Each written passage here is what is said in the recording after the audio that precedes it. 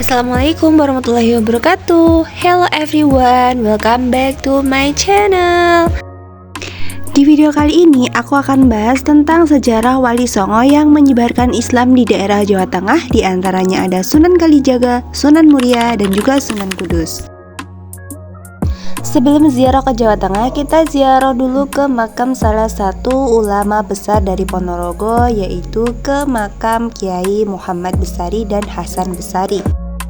Kiai Hasan Besari merupakan cucu dari Kiai Ageng Muhammad Besari. Pada abad ke-18 Masehi, Kiai Hasan Besari berhasil memajukan Pondok Tegalsari yang berada di Desa Tegalsari, Ponorogo. Ribuan santri belajar di pondok ini dan beberapa di antaranya ada yang menjadi tokoh pergerakan nasional, yaitu HOS Cokro Aminoto. Mengutip pernyataan dalam artikel di gontor.ac.id disebutkan bahwa penguasa kerajaan Kertasuro yaitu Pakubuwono II dan Raden Ngabei Ronggowarsito yang merupakan pujangga Jawa juga merupakan murid dari Kiai Hasan Besari.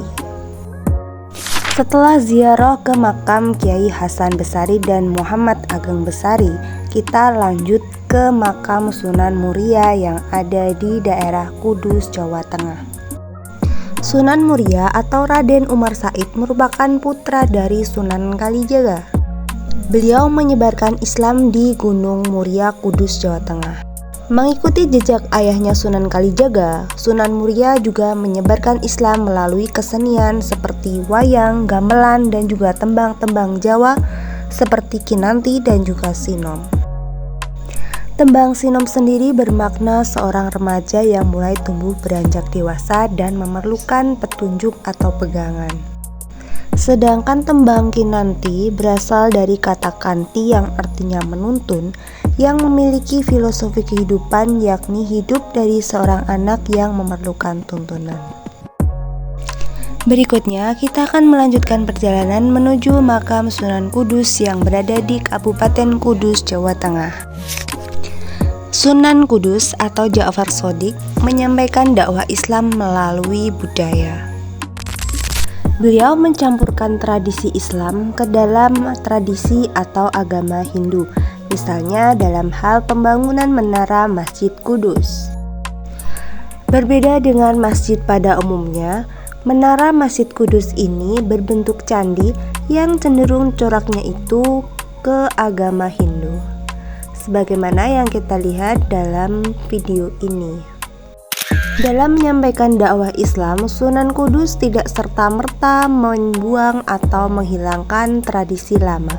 Namun, beliau menambahkan unsur Islam dalam tradisi atau budaya yang lama. Hal ini membuat masyarakat lebih mudah dalam menerima agama Islam.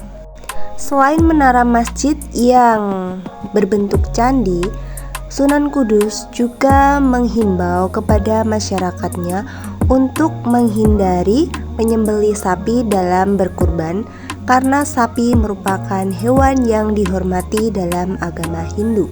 Jadi di daerah Kudus kita akan jarang menemukan kurban berasal dari hewan sapi, tapi mereka memilih hewan kerbau untuk dijadikan kurban. Menuju makam ketiga, yaitu ke makam Sunan Kalijaga yang berada di daerah Kadilangu, Demak, Jawa Tengah. Nama asli Sunan Kalijaga adalah Raden Said atau Raden Mas Said. Beliau merupakan putra dari Adipati Tuban bernama Tumenggung Wilatikta.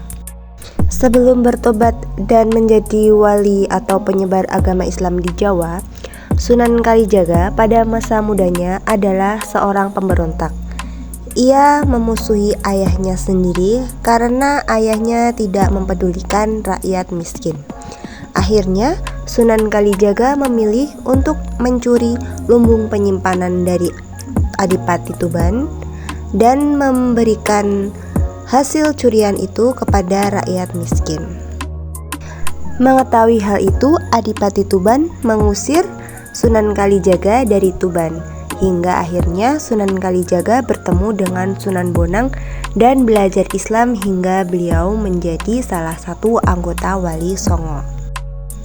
Dalam menyebarkan agama Islam, Sunan Kalijaga menggunakan pendekatan kesenian, yaitu berupa gamelan.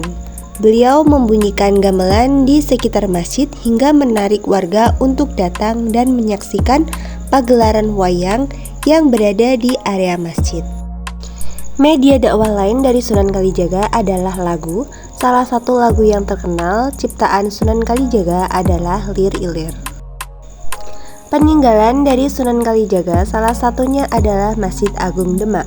Masjid ini terkenal dengan 4 tiangnya yang salah satunya itu berasal dari tatal atau serpihan-serpihan kayu.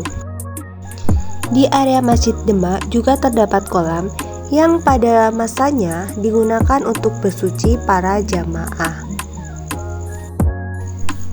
Oke guys, itu adalah beberapa informasi yang berhasil aku rangkum terkait Wali Songo yang berada di Jawa Tengah. Jika ada informasi yang salah ataupun kurang dalam penyampaian, kalian bisa tambahkan di kolom komentar. Terima kasih banyak untuk teman-teman yang mau nonton video ini sampai habis. Jangan lupa like, komen, dan subscribe YouTube aku supaya aku lebih semangat dalam bikin konten. Sekian dulu video kali ini, semoga bermanfaat karena dalam hadis dikatakan khairun nasi anfa'uhum linnas.